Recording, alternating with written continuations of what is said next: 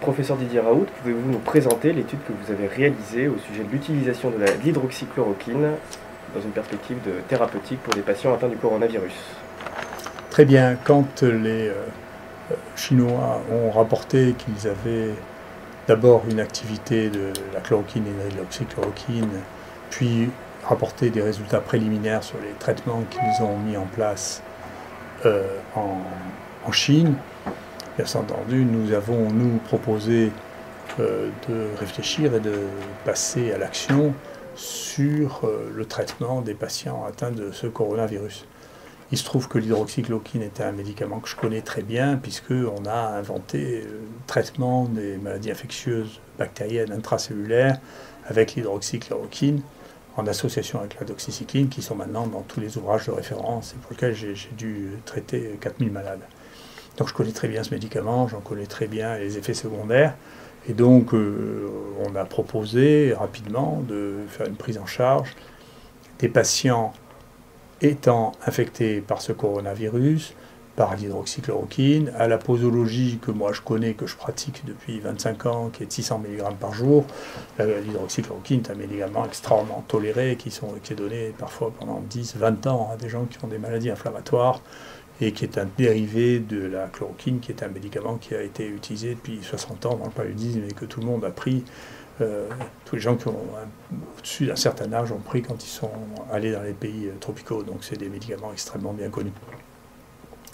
Nous avons ajouté dans cette perspective, donc ce protocole a été approuvé sur le plan national, déposé officiellement, et l'idée était d'inclure 24 personnes traitées par hydroxychloroquine, avec le point que nous surveillons, qui est celui de la charge virale de ce virus dans les prélèvements respiratoires, qui est un mécanisme comparable à celui de la prise en charge du sida, par exemple, où on mesure la charge virale dans le sang, on traite, et on mesure la charge virale après, et on voit si le nombre de virus s'écroule. On sait que ça marche avant même que ça marche cliniquement, parce que quand il n'y a plus de virus, les gens sont plus malades. Voilà. Donc on a pris une démarche qui est une démarche du XXIe siècle.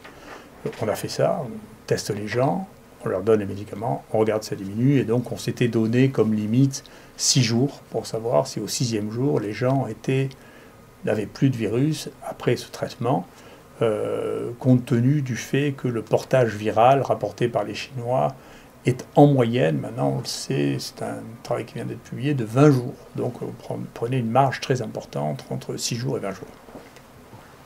Par ailleurs, pour la prise en charge des gens qui sont malades, on sait depuis longtemps qu'il y a des surinfections bactériennes qui jouent un rôle dans la sévérité de la maladie. On sait que c'est de ça dont sont morts la plupart des gens qui ont souffert de la grippe espagnole. Et il y a un travail qui était très important, qui a été publié dans le journal, qui s'appelle le JAMA, qui montre que l'azithromycine, dans les infections virales, chez l'enfant, améliore le pronostic, diminue la durée d'hospitalisation, et donc nous avons pris l'habitude, qui est notre habitude clinique, d'ajouter l'azithromycine chez les patients qui étaient malades par ailleurs à l'hydroxychloroquine. Et nous avons mesuré comme ça les charges virales.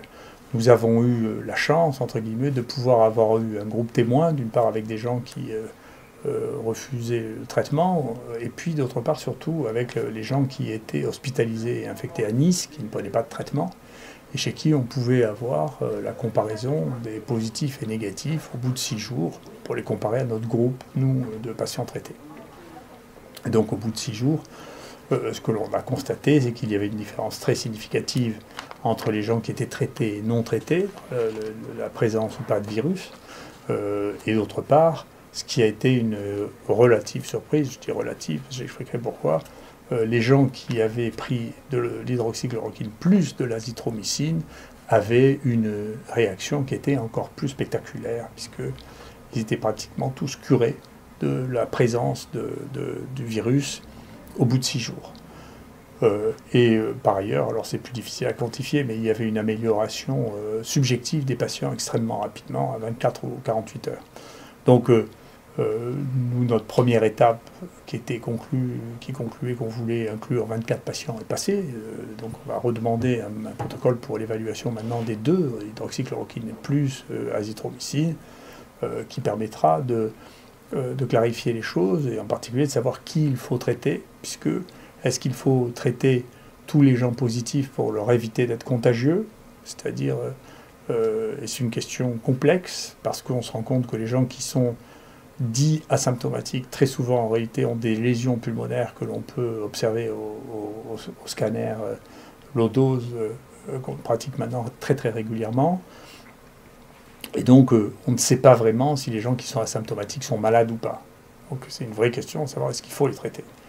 La deuxième, c'est est-ce qu'on traite les gens pour éviter la diffusion du virus ou non, ce qui est, moi, l'option que j'aurais, parce que je pense que les maladies transmissibles, il faut traiter les gens qui sont les réservoirs de virus, si vous voulez, plutôt que de ne pas savoir et de laisser à la maison les gens sans savoir s'ils sont positifs ou non. Donc ça rentre dans mon opinion, c'est que les maladies infectieuses, dans notre siècle, doivent être diagnostiquées et on doit les traiter en évaluant leur contagiosité liée à la charge virale, c'est-à-dire à l'importance du nombre de virus dans les prélèvements respiratoires.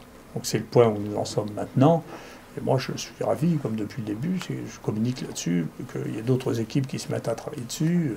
Maintenant, je sais qu'à Oxford, il y a une équipe qui veut faire en Thaïlande une étude d'évaluation sur 10 000 personnes de la prophylaxie. Des Américains qui sont en train de monter une très grosse étude en suivant notre protocole.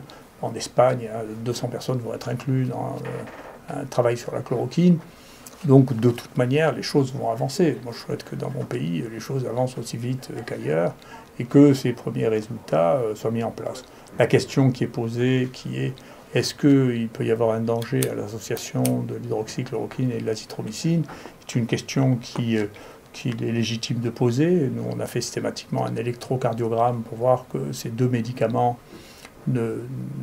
n'interagissent pas pour donner des troubles du rythme. Ceci a été proposé d'une manière hypothétique, mais à ma connaissance, il n'y a pas d'évidence de cas dans lequel cette association ait eu un effet défavorable, significatif par rapport au traitement seul par l'azithromycine, qui donne quelques problèmes, mais qui sont rarissimes. Concrètement, pour quelqu'un touché par le coronavirus, en quoi va consister ce traitement? Ben nous, je vous ai dit, on a choisi de traiter les gens qui avaient ce coronavirus par l'hydroxychloroquine à des posologies qu'on maîtrise et qu'on connaît, qui sont de 600 mg par jour. On sait qu'avec ces posologies, au bout d'une semaine, au bout de 5 jours, on a des concentrations dans le sérum de 0,3 microgrammes par ml. Et on a utilisé l'azithromycine à la même dose qu'elle est utilisée par exemple pour la maladie légionnaire, avec 2 comprimés le premier jour et puis un comprimé le deuxième, le troisième et le quatrième jour. Et puis on arrête ultérieurement. Voilà.